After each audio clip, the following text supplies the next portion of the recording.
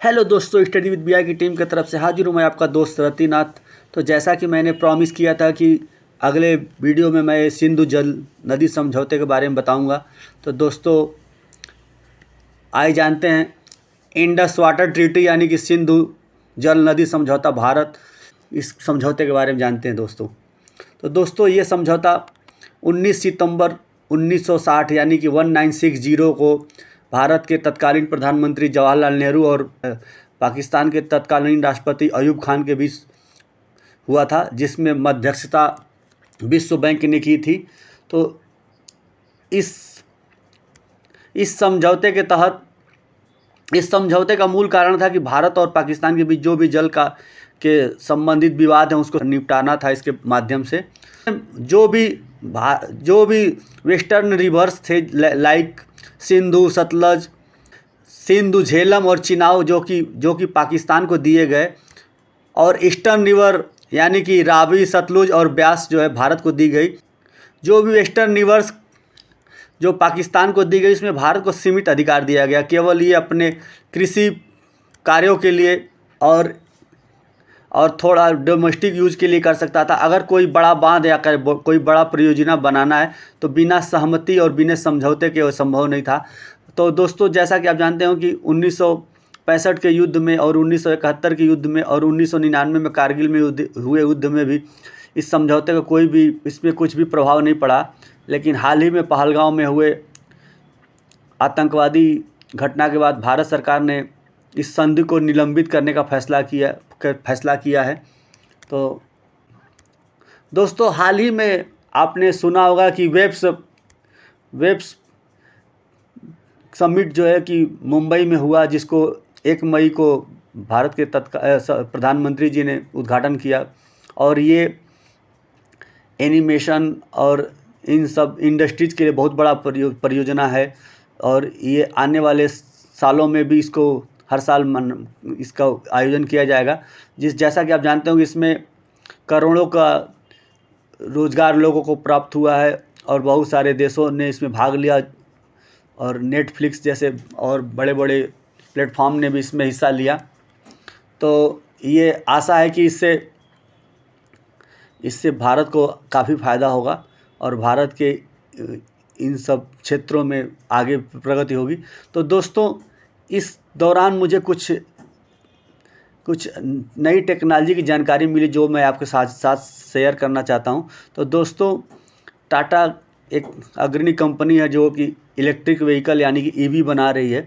तो उसने एक नया प्रयोग किया है कि अगर गाड़ी चार्जिंग के समय या गाड़ी की स्पीड 5 किलोमीटर से कम रहेगी, उस दौरान आप यूट्यूब को वीडियो को देख सकते हैं इस गाड़ी में बैठे बैठे। लेकिन जैसे ये इसकी स्पीड 0 से 5 किलोमीटर प्रति घंटे की स्पीड से बढ़ना शुरू होगा, ये वीडियो ऑटोमेटिक डिसेबल हो जाएगा और वो ऑडियो में कन्वर्ट हो जाएगा। केवल ऑडियो आपको सुनाई पड़ेगी, आप वीडियो नहीं देख सकते हैं। तो ये दोस्तों मुझे काफ़ी इसमें सुना और काफ़ी अच्छा लगा, तो मैंने सोचा आप लोगों से शेयर करूं। इसी तरह से अब वो दिन भी लगने वाले हैं कि जो हम लोग किसी भी मोबाइल में सिम की ज़रूरत पड़ती थी, तो फिजिकल सिम की भी ज़रूरत ख़त्म होने वाली है, क्योंकि अब मोबाइल में ही एम्बेडेड सिम का स्लॉट लगा होगा, जिसमें जैसे कि हम लोग गूगल ऐप पे स्कैन करके पेमेंट करते हैं, वैसे ही आप स्कैन करके और ई सिम को अपने एक्टिवेट करा सकते हैं। इससे फिजिकल सिम रखने का और उसके खो जाने का डर ख़त्म हो जाएगा, और आप जिस भी ऑपरेटर को बदलना चाहें तो ये मिनटों में पॉसिबल होगा कि स्कैन करके आप उसको एक्टिवेट कर सकते हैं, और एक समय में कई सिम को भी एक्टिवेट किया जा सकता है इस पर। खास करके ये विदेश यात्राओं के लिए काफ़ी महत्वपूर्ण होगा, जबकि आपको सिम बदलने की ज़रूरत पड़ती है। तो दोस्तों आशा है कि ये जानकारी आपको अच्छी लगी होगी। दोस्तों हाल ही में भारत के प्रधानमंत्री जी ने रामेश्वरम न्यू पंबम ब्रिज का उद्घाटन किया है। तो दोस्तों जानते हैं इसके बारे में कि इसमें क्या खासियत है। तो दोस्तों यह न्यू पंबम ब्रिज जो है कि ये भारत का पहला वर्टिकल ब्रिज है। Vertical bridge in the sense मतलब कि इसमें जब भी इसके नीचे से समुद्री जहाज़ों को गुजरना होगा तो ये ऑटोमेटिक 17 मीटर तक ऊपर उठ सकता है। तो दोस्तों इस पुल की लंबाई 2.08 किलोमीटर है और ये पुराने पंबम ब्रिज जो कि 1914 में यानी कि 1914 में बनाया गया था उसके जस्ट बगल में बनाया गया, लेकिन इसकी ऊंचाई उससे 3 मीटर ऊंची रखी गई है। और इस पुल को ऐसा बनाया गया कि इसकी ये रामेश्वर द्वीप से तो मुख्य भूमि से जोड़ते समय इसकी दूरी भी कम रखी गई है। तो दोस्तों आशा है कि ये भी आपको बहुत अच्छा लगा होगा, क्योंकि ये ब्रिज जो है कि ऑटोमेटिक 17 मीटर वर्टिकल ऊपर की तरफ उठ सकता है जब भी जहाज इसको नीचे से गुजरना होगा।